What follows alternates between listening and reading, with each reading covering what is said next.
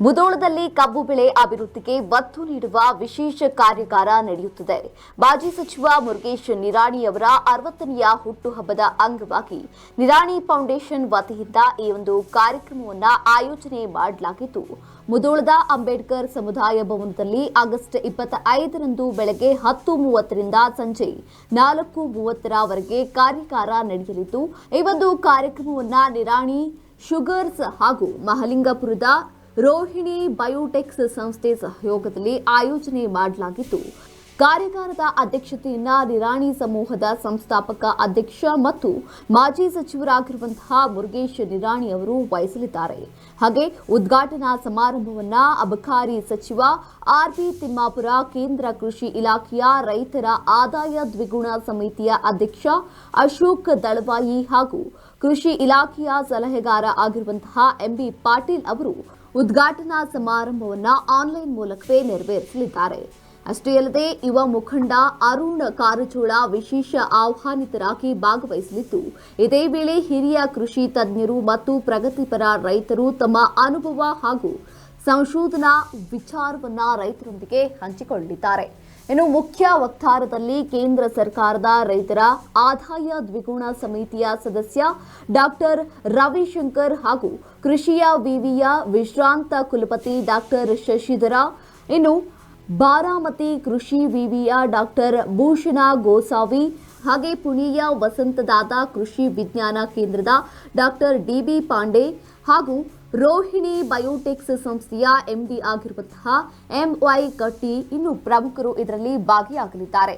ಇನ್ನು ಇದರ ಜೊತೆಗೆ ಕೃಷಿ ತಜ್ಞರಾಗಿರುವಂತಹ ಎನ್.ಆರ್. ಎಕಲಿ ಮತ್ತು ಪ್ರಗತಿಪರ ರೈತ ಕಷ ಯಲ್ಲಗಡಿ ರೈತರಿಗೆ ಕಬ್ಬು ಬೆಳೆ ಅಭಿವೃದ್ಧಿಗೆ ಸಂಬಂಧಿಸಿದಂತೆ ತಂತ್ರಜ್ಞಾನ ಹಾಗೂ ವಿಜ್ಞಾನಾಧಾರಿತ ಮಾಹಿತಿಯನ್ನ ನೀಡಲಿದ್ದಾರೆ. ಒಟ್ಟಾರೆಯಾಗಿ ಕಬ್ಬು ಉತ್ಪಾದನೆ ಹೆಚ್ಚಿಸಲು ರೈತರಿಗೆ ನೆರವಾಗಿ ಪ್ರಯೋಜನಕಾರಿ ಆಗುವ ಈ ಒಂದು ಕಾರ್ಯಾಗಾರದಲ್ಲಿ ಹೆಚ್ಚಿನ ಸಂಖ್ಯೆಯಲ್ಲಿ ರೈತರು ಭಾಗವಹಿಸಿ ಸದುಪಯೋಗ ಪಡಿಸಿಕೊಳ್ಳುವಂತೆ ಆಯೋಜಕರು ಕೋರಿದ್ದಾರೆ.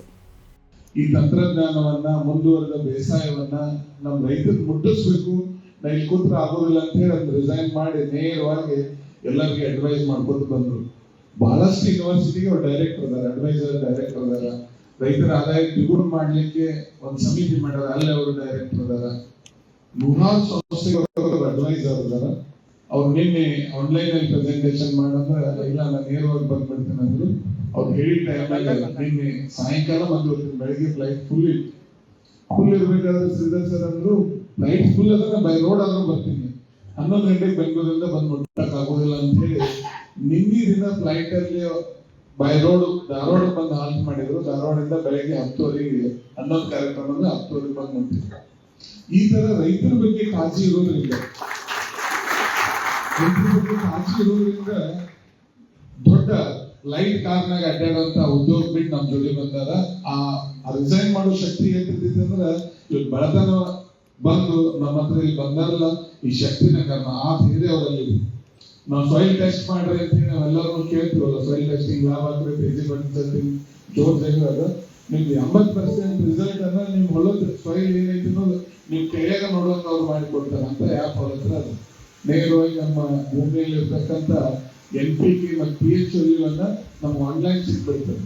ನಮ್ಮ ಹೊಲದಾಗ ಎಷ್ಟು ಕಬ್ಬು ಬೆಳೀತೀವಿ ನೀವು ಕ್ಷೇತ್ರ ಹಾಕೊಟ್ರು ಮಾರ್ಕ್ ಮಾಡಿದ್ರೆ ನಿಮ್ಮ ಮೊಬೈಲ್ದಾಗ ಇಷ್ಟೇ ಎಕರೆ ಕಬ್ಬು ಬೆಳೀತಿದ್ದು ಈ ತಿಂಗಳಿಗೆ ಹೆಚ್ಚು ಹಾಕ್ಸಿರಿ, ಈ ತಿಂಗಳು ಕಮ್ಮಿ ಹಾಕ್ಸಿರಿ ಅನ್ನೋದು ಅವ್ರು ಹೇಳ್ತಾರೆ. ಅಂತ ತಂತ್ರಜ್ಞಾನವನ್ನ ಸರ್ ತೊಡಗಿಸ್ಕೊಂಡಾರ. ಅವ್ರ ಮುಂದೆ ಮಾತಾಡ್ಬೇಕಾದ್ರೆ ಪಿಜ್ಜಾ ಹೆಂಗ್ ಸೆಲೆಕ್ಟ್ ಮಾಡೋದು, ಇದೇನ AI ಟೆಕ್ನಾಲಜಿನ ಹೆಂಗೆ ಪಿಜ್ಜಾ ಸೆಲೆಕ್ಟ್ ಮಾಡಿ ನಾವು ಪಿಜ್ಜಾ ಬಿಸ್ಕೆಟ್ ಬರ್ತದೆ ಹಚ್ಲಿಕ್ಕಲ್ಲ, ಅವ್ನ ಬೀಜದ ಕಲ್ಲನ ಚಾಕ್ಲೇಟ್ ಜೊತೆ ರ್ಯಾಪಿಂಗ್ ಮಾಡಿ ಹಚ್ಲಿಕ್ಕೆ ಹೆಂಗ್ ಬರ್ತದ ಅನ್ನೋದನ್ನ ಅವ್ರು ತಮ್ಮ ಮಾತಲ್ಲಿ ಹೇಳ್ಕೊಡ್ತಾರೆ. ಅವ್ರು ಹೇಳಂದ್ರೆ ನಾವು ಪಿಂಗಾಂಶ ಇನ್ಸ್ಟಿಟ್ಯೂಟ್ ಕೇಳಿ ಮೊದಲು ಬಂದಾಗ ಅವ್ರು ಬರೋದು ಅಷ್ಟೇ ಅಲ್ಲದೆ ವೈಸ್ ಚಾನ್ಸಲರ್ GKVK ನಮ್ಮ ಧಾರವಾಡ ಅಗ್ರಿ ಯೂನಿವರ್ಸಿಟಿ ಏನದ, Bengaluru agri university GKVK vice chancellor ಅವರು ರಿಟೈರ್ಡ್ ಆದ್ರೂ ರೈತರ ಸೇವೆಗಳು ರಿಟೈರ್ಡ್ ಆಗಿಲ್ಲ. ಗೌರ್ಮೆಂಟ್ ಡ್ಯೂಟಿ ರಿಟೈರ್ಡ್ ಆಗಿರ್ಬೋದು, ರೈತರ ಸೇವೆಗಳು ರಿಟೈರ್ಡ್ ಆಗಿಲ್ಲ. ಈ ವಯಸ್ಸಿನಾಗ ಗೊತ್ತೈತೆ ಅವರು ಕೂಡಿ ಇಬ್ರು ನೋಡಿ ಸಮಾಜಮುಖಿ ಕೆಲಸ ಮಾಡಂತವ್ರು, ರೈತರು ಏಳಿಗೆ ನುಡಿಯಂತವ್ರು. ಈ ದೇಶದಾಗ 55% ರೈತರ ಅದಾರ, 55% ಉದ್ಯೋಗ ನಮ್ದು ಅಗ್ರಿಕಲ್ಚರ್ ಅದ, 45% ಎಲ್ಲರೂ ಬಂದ್ರು.